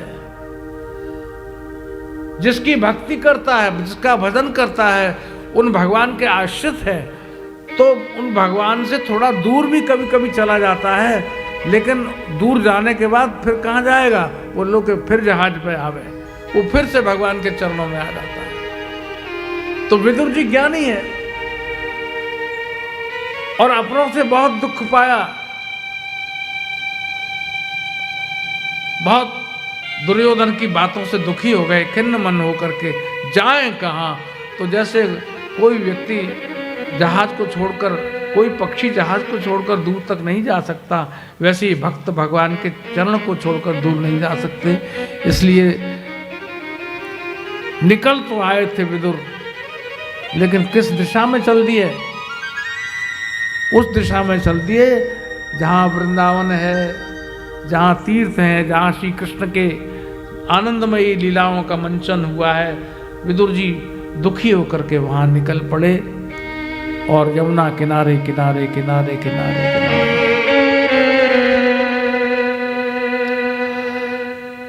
और इसी बीच में एक और ज्ञानी का मिलना हुआ। लेकिन यहाँ पर आप देखें कि यहाँ ये दोनों पात्र, चाहे विदुर हो और चाहे उद्धव हो, ये दोनों ही परम ज्ञानी हैं। उद्धव ज्ञान का उपदेश देने ही तो आए थे गोपियों को, और गोपियों ने धरती पर उतार दिया, बोले बहुत उड़ लिया, अब आ जाओ नीचे, तुम्हारा ज्ञान जो है यहाँ काम नहीं आएगा, ये वृंदावन धाम है। तो उद्धव नीचे उतर आए, बड़े आकाश में उड़ रहे थे बहुत, बोले निर्गुण है और निराकार है, पता नहीं क्या क्या उपदेश गोपियों को कर दिया। गोपियों ने कहा ठीक है, तुम्हारा अपना जो निर्गुण है ना वो तुम अपने पास रखो, हमारी गैया को दोह लेगा निर्गुण तुम्हारा, बंसी बजा लेगा, हमारे यहाँ माखन चोरी कर लेगा। उद्धव ने कहा अरे वो ये कैसे हो सकता है, वो तो निर्गुण है, निराकार है। बोले तो तुम निराकार और निर्गुण को अपनी जेब में रखो, अंटी में बांध लो। बोले हमें तुम्हारे निर्गुण की आवश्यकता नहीं है, हमें तो कन्हैया ही चाहिए, श्याम सुंदर से हमारी प्रीति हुई है और हम किसी को नहीं चाहते। तो उद्धव बड़े ज्ञानी हैं, गोपियों को भी ज्ञान देने चले आए थे, और विदुर जी परम ज्ञानी हैं। और संयोग ये जो नदी बह रही है, जिसके किनारे चले जा रहे हैं विदुर, ये नदी है। कौन सी नदी? वृंदावन में बहती है। कौन सी नदी है ये यमुना जी है। और यमुना जी नहीं, इसको कर्म की नदी कहा गया है। यमुना किसकी नदी है? कर्म की नदी है। तो कर्म की नदी के किनारे किनारे ये दो ज्ञानी भटक रहे हैं। एक ज्ञानी भगवान के पास से आ रहा है, भगवान अपने धाम में चले गए, तो भगवान ने उद्धव को उपदेश दिया और कहा जाओ, गच्छोद्धव मया दिष्टो बदर्याख्यम ममाश्रमम, तुम बद्रीनाथ जाओ और वहां जाकर के मेरा स्मरण करना, भजन करना, तब तुम मुझको प्राप्त हो जाओगे। तो ये तो भगवान से बिछुड़ के चले जा रहे हैं, और विदुर भगवान से मिलने चले जा रहे हैं, और दोनों ही ज्ञानी हैं। दोनों का मिलना हुआ यहाँ पर, और जब मिलना हुआ तो विदुर को समाचार मिला उद्धव से कि भगवान तो अपने धाम में पधार चुके हैं। यह सुनकर के बहुत ही मन को क्लेश हुआ। तब प्रश्न किया है, और अद्भुत प्रश्न है। भैया उद्धव जी ये बताओ, आदमी करता तो अच्छे के लिए है, लेकिन उसे कभी यश नहीं मिलता। इन्होंने गोद में खिलाया था दुर्योधन को, और उस दुर्योधन ने इस तरह का व्यवहार किया, तो सोचा तो यह था कि ये बालक हमको सुख देगा। अब ये अधिपति हो गया हस्तिनापुर का, तो आज उसने मुझको कहा कि निकल जाओ। तो बताओ ये क्या करें? आदमी सुख के लिए काम करता है, लेकिन उसे दुख मिलता है। छोटा बच्चा हो जिसकी उंगली पकड़कर बाप कहाँ कहाँ घुमाने ले जाता है, चलो मेला दिखा लाएं, चलो बाजार घुमा लाएं, चलो खिलौना दिला दें, क्या क्या नहीं करता है। और वो बच्चा जब बड़ा हो जाता है और वो अपने पिता के साथ दुर्व्यवहार करने लगे, तो क्या होता है? दुख हो जाता है हृदय में। देखो मैंने इसको गोद में पाला, उंगली पकड़ी, इसको भोजन कराया, खाना खिलाया, अपने हाथ से ग्रास दिया, और आज ये हमसे ऐसी बात करता है कि आप कौन होते हैं? तो दुख होगा ना। तो विदुर ने कहा कि भैया कारण क्या है? बोले देखो ऐसा करो, भगवान ने धाम में जाने से पहले मुझे ज्ञानोपदेश दिया था, पर ये मैं आपको नहीं बताऊंगा। भगवान का आदेश है कि अगर विदुर पूछना चाहेंगे, जानना चाहेंगे, तो विदुर को यह ज्ञान मैत्रेय उपदेश करेंगे। विदुर जी ने कहा कि मैत्रेय जी कहाँ मिलेंगे? तो उद्धव ने कहा मैत्रेय जी तो हरिद्वार क्षेत्र में रहते हैं, वही उनका आश्रम है। तो विदुर पहुंचे हैं हरिद्वार और मैत्रेय जी को प्रणाम करके उन्होंने पहला प्रश्न यही किया, सुखाय कर्माणि करोति लोको नतई सुखम वान्यदुपारमं वा। यह जीव सुख के लिए कर्म करता है पर उसे सुख प्राप्त होता नहीं है, इसका कारण क्या है? तो मैत्रेय जी ने कहा, साधु पृष्ठम त्वया साधु लोकान साधुनु गृह्णता। तुमने बहुत अच्छा प्रश्न किया, इससे तुम्हारी कीर्ति सारी दुनिया में फैलेगी। ये प्रश्न बहुत अच्छा है, दुनिया में हर एक को कहते सुना है कि हमने अच्छे के लिए किया था, हमको बुरा मिला, हमारे सही का गलत परिणाम निकला, अब हम क्या करें और कहाँ जाएं, ये बताइए। तब मैत्रेय जी ने विदुर जी को संतुष्ट किया और कहा, बात यह है, जो जिस तरह का कर्म करता है उसको वैसा ही फल मिलता है। तो ये आपका नहीं, ये तो दुर्योधन का कर्म है, उसने जैसा व्यवहार किया है भविष्य में उसको वैसा ही परिणाम निकलेगा। और वही हुआ महाभारत के युद्ध में दुर्योधन की क्या गति हुई, ये तो सभी लोग जानते हैं। इस तरह विदुर मैत्रेय का संवाद हुआ है। ब्रह्मा जी ने 10 प्रकार की सृष्टि उत्पन्न की।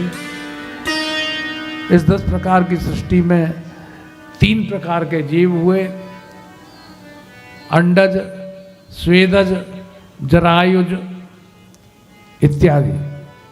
अंडे से पैदा होने वाले, स्वेद से पैदा होने वाले, देह से पैदा होने वाले, शरीर से शरीर पैदा होने वाले, ऐसी सृष्टि से ब्रह्मा जी ने इस जगत में की और सारा संसार सृष्टि से भर गया। यह संसार में 3 लोग जो हैं, जो लोग सकाम कर्म करते हैं, उन लोगों के लिए 3 लोक बनाए। देखो हम लोग जब संध्या करते हैं ना, संध्या करते समय सप्तव्याहृतियों के साथ संध्या करते हैं। तो सप्तव्याहृतियों के पहले ओमकार लगाते हैं और उस समय सप्तव्याहृतियों का उच्चारण करते हैं। कैसे करते हैं? ओम भू, ओम भुवः, ओम स्वः, ओम महः, ओम जनः, ओम तपः, ओम सत्यम। ये 7 लोग हैं ना।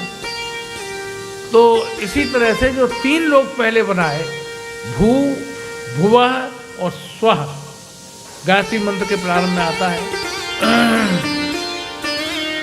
तो ये 3 लोग सकाम लोगों के लिए बनाए हैं। सकाम माने जिनकी कामना रहती है, हमको ये मिल जाए, हमको ये मिल जाए, हमको ये मिल जाए। तो भूलोक, भुवरलोक और स्वर्गलोक, ये 3 लोग 3 सकामों के लिए, और महलोक, महरलोक, जनहलोक, तपहलोक और सत्यम, ये निष्काम कर्म करने वालों के लिए 4 लोक बनाए। इसलिए ब्रह्मा की सृष्टि चतुर्दिक व्याप्त हो गई।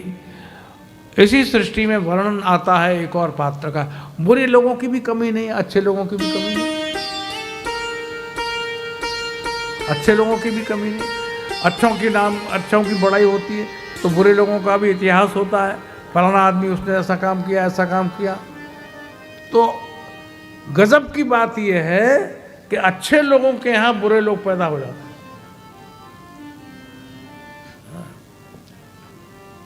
कश्यप जी ऋषि थे,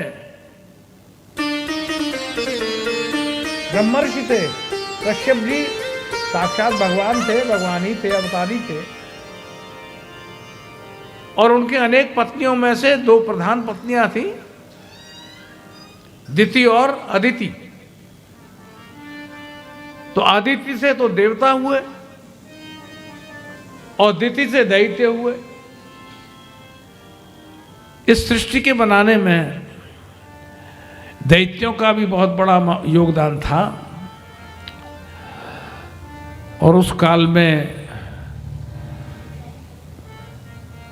संध्या का समय था।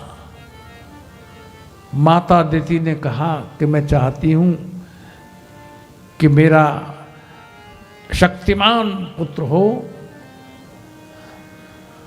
जो देवताओं पर भारी पड़े। ये दिति ने कहा। तो कश्यप ने कहा कि तुमने दूसरों को मारने के लिए अपनी संतान चाहिए, ये उचित नहीं है। दूसरों का विनाश करने के लिए तुम कामना करती हो, ये ठीक नहीं है। बोले नहीं, मुझे बहुत कष्ट हुआ है, पीड़ा हुई है। मैं चाहती हूँ मेरे पुत्र इतने शक्तिशाली हों कि देवता उनसे डर के भाग जाए या मारे जाए। तो महर्षि कश्यप ने कहा, ये संध्या काल है, दिन और रात मिल रहे हैं, ये हवन की वेला है और इस काल में तुमने ऐसी कामना की है तो ये इस काल में ये गृहस्थ कर्म किया नहीं जाता। जो संध्या काल है, संध्या काल एक तो सुबह संध्या काल होता है, संधि काल जिसको कहते हैं। जब दिन और रात मिलते हैं तो रात जाती है और दिन होता है, तब संधि होती है वहाँ। और जहाँ दिन जाता है और रात आती है तब संधि होती है वहाँ, तो उसको संध्या कहा जाता है। तो देखो, इस संध्या काल में तुमने ये कामना की है तो तुम्हारा अच्छा नहीं है, लेकिन पति का कर्तव्य होता है कि पत्नी की समस्त कामनाओं की पूर्ति करे। इसलिए ठीक है, दिन और रात मिल रहे हैं, तुम्हारे एक नहीं 2 पुत्र होंगे। लेकिन संध्या काल में तुमने कामना की है तो बड़े क्रूर कर्मा होंगे, दुर्दांत होंगे, वो दुष्ट होंगे, ऐसा कहा। तो दिति की कामना की पूर्ति हुई और महर्षि कश्यप के यहाँ वो 2 पुत्र उत्पन्न हुए।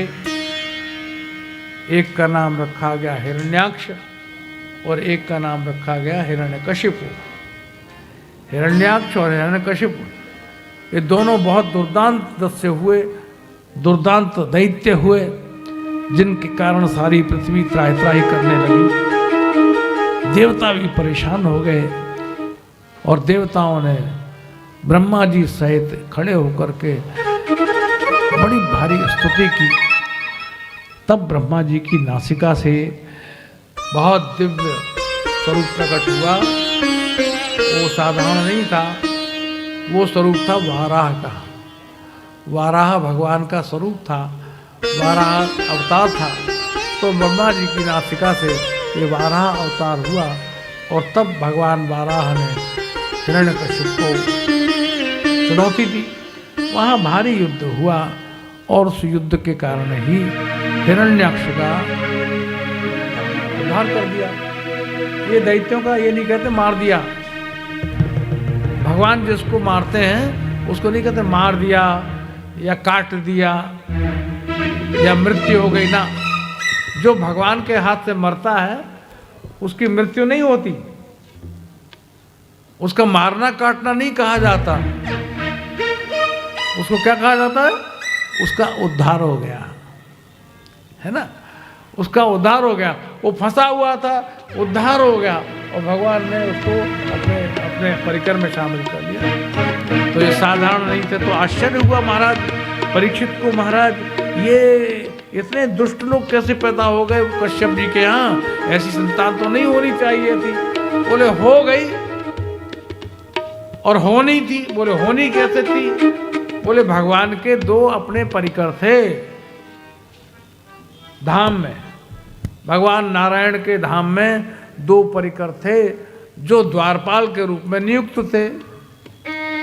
एक का नाम था जय और एक का नाम था, 2 नाम तो सबको याद है, जय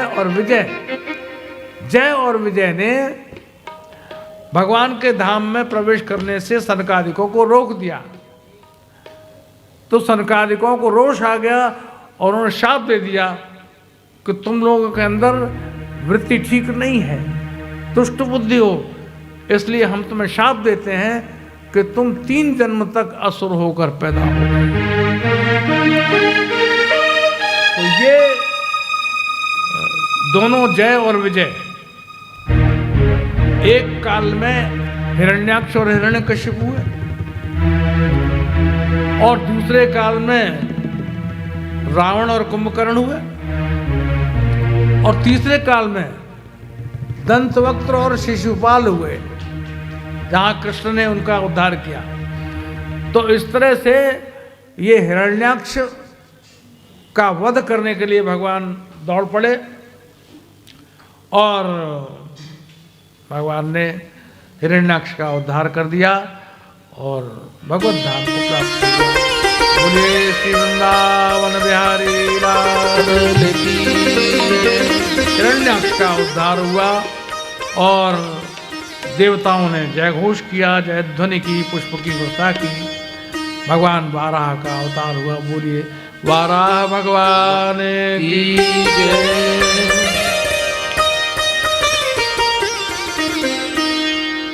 इस तरह से ये कथा तीसरे स्कंद में वर्णन करने में आती है और इसी क्रम में महर्षि कर्दम का वर्णन आता है। महर्षि कर्दम और उनका विवाह हुआ मनुपुत्री से। मनु जी जिन्होंने आदि सृष्टि का उदय किया। मनु जी हमारे पुराने वंशधर हैं सबके, इसीलिए हम लोगों का क्या नाम है, मनुष्य है। मनुष्य, तो मनुष्य शब्द जो है वो मनु से ही बना हुआ है। तो हमारे सबके पूर्वज मनु हैं और हम लोग कौन हैं, मनुवादी हैं। मनुवादी गाली बना दिया गया आजकल कि ये मनुवादी हैं। हाँ, हम लोग मनुवादी हैं और जो ये कहते हैं वो भी मनुवादी हैं, उनके पुरखे भी वही है। तो उन्होंने आदि सृष्टि जो है ये जग उपजाया, सारे संसार को उत्पन्न करने में जिनकी बहुत बड़ी भूमिका रही वही हमारे आदि पुरुष मनु हैं। तो मनु की 3 पुत्रियां थीं, आकुति, देवहूति और प्रसूति। देवहूति का विवाह महर्षि कर्दम के साथ संपन्न हुआ और सशर्त विवाह था, क्योंकि जब विवाह हुआ तो कर्दम जी ने कहा कि महाराज मेरी तो मति लगती नहीं है, ये मेरी गति गृहस्थ में नहीं है, मेरा तो भजन में ही मन लगता है, मैं तपस्या करता हूँ। तो ठीक है, आप मेरे यहाँ स्वयं पधारें तभी बात बनेगी। तो भगवान ने कहा मैं स्वयं ही आऊँगा आपके पुत्र के रूप में। तो कर्दम और देवहूति के यहाँ सांख्यावतार भगवान कपिल का प्राकट्य हुआ। भगवान कपिल तो सांख्य शास्त्र के निष्णात थे और उन्होंने माता देवहूति को उपदेश दिया। तो बाढ़ई कथा पार नहीं लगाऊं, कथा बढ़ती चली जाएगी, पार नहीं लगेगी। और समय अपनी घड़ी जो है टिक टिक टिक टिक चलती रहती है। कभी कभी मुझे भगवान से पूछना पड़ेगा, अब मिल जाए तो तब ना पूछना पड़ेगा, मिलते ही नहीं है। मैं उनसे पूछूंगा कि ये बताइए कि गर्मी में घड़ी इतनी तेज क्यों चलती है, जाड़ों में घड़ी इतनी तेज क्यों चलती है, गर्मी में इतनी धीमे क्यों चलती है।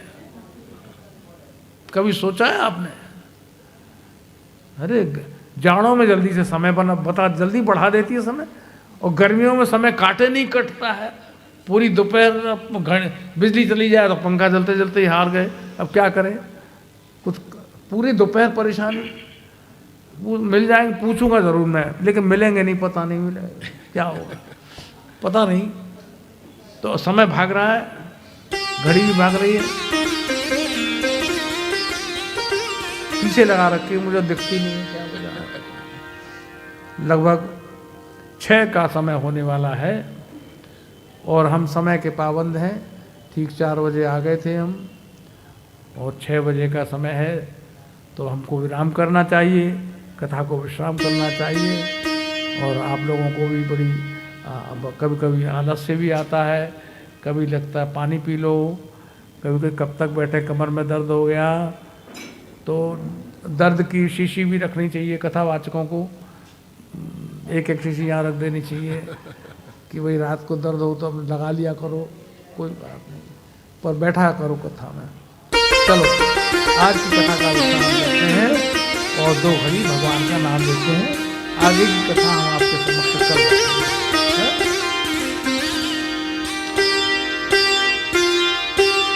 गोविंद गोपाल गाओ, गोविंद गोपाल गाओ, गोविंद गोपाल गाओ, गोविंद गोपाल गाओ, गोविंद गोपाल गाओ, गोविंद गोपाल गाओ, गोविंद गोपाल गाओ, गोविंद गोपाल गाओ। प्रभु आकर के दर्श दिखाओ, प्रभु आकर के दर्श दिखाओ, प्रभु आकर के दर्श दिखाओ, प्रभु आकर के दर्श दिखाओ। गोविंद गोपाल गाओ, गोविंद गोपाल गाओ, गोविंद गोपाल गाओ, गोविंद गोपाल गाओ।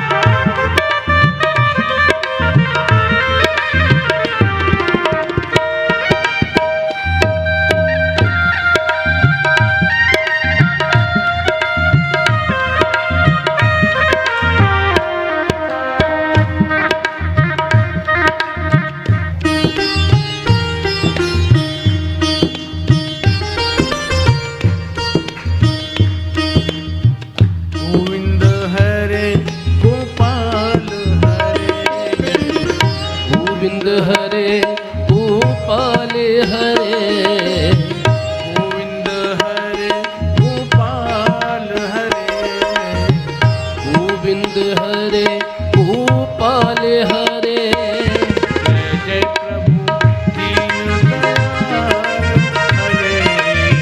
जय प्रभु दीन दयाल हरे, जय जय प्रभु दीन दयाल हरे, जय जय प्रभु दीन दयाल हरे, जय जय प्रभु दीन दयाल हरे। गोविंद गोपाल गाओ, गोविंद गोपाल गाओ, गोविंद गोपाल गाओ, गोविंद गोपाल गाओ,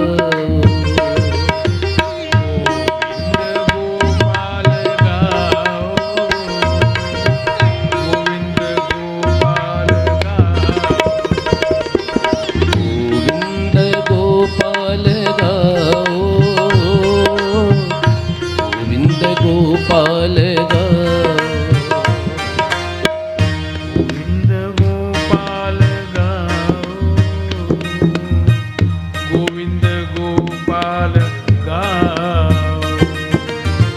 गोविंद गोपाल गाओ,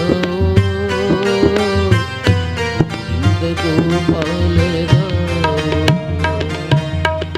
श्री बाल कृष्ण लाल की जय, जय जय श्री राधे, जय जय श्री राधे, जय जय श्री राधे।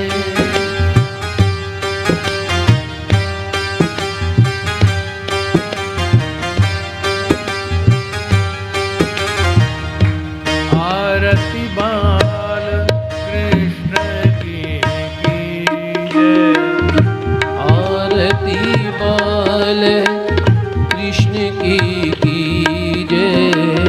अपनो जन्म सुफल कर लीजय, अपनो जन्म सुफल कर लीजय। आरती बाल कृष्ण की जय, आरती बाल कृष्ण की जय।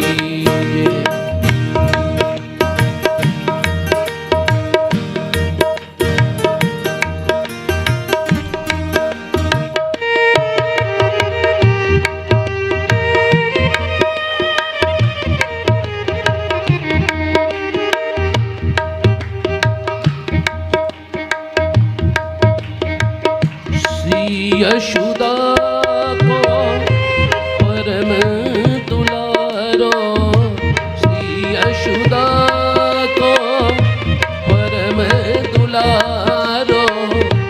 बाबा की अखियन को तारो, बाबा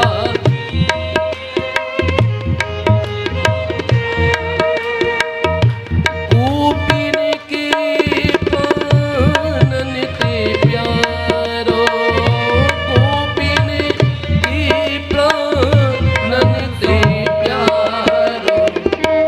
इन पर प्राण निछावर की जय, इन पर प्राण न्योछावर की जय। आरती बाल कृष्ण की जय, आरती बाल कृष्ण की जय। बलदाऊ को छोटा भैया, बलदाऊ को छोटा भैया।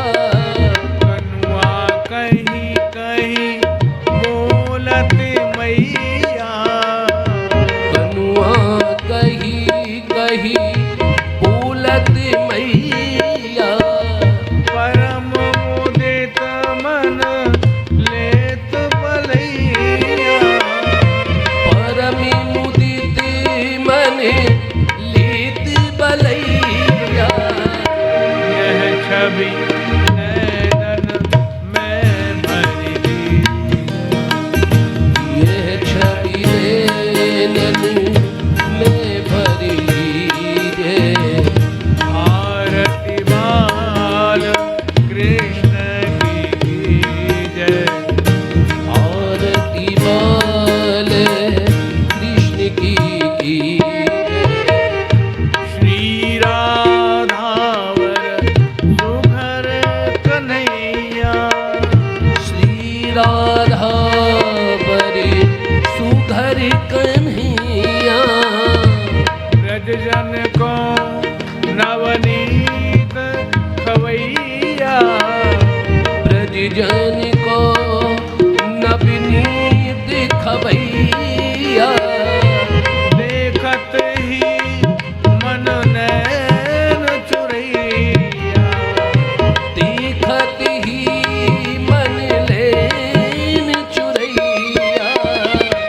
अपनो सर्वस इनको दीजय, अपनो सरी बसी इनको दीजिए। आरती बाल कृष्ण की जय, आरती बाल कृष्ण की जय।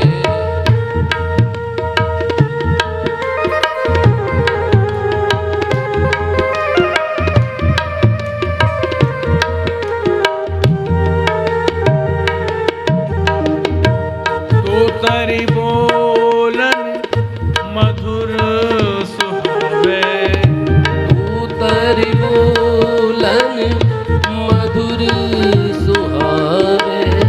सकन मध्य खेलत सुख पावे। सखन मध्य खेलत सुख पावे। सोई सुकृति जो इनको ध्यावे। सोई सुकृति जो इनको ध्यावे। अब इनको अपनो कर लीजे। अब इनको अपनो कर लीजे। आरती बाल कृष्ण की कीजे। आरती बाल कृष्ण की कीजे। अपनो जन्म सुफल कर लीजे। अपनो जन्म सुफल कर लीजे। श्री बालकृष्ण लाल की जय। हो। जय जय श्री राधे। जय जय श्री राधे। जय जय श्री राधे।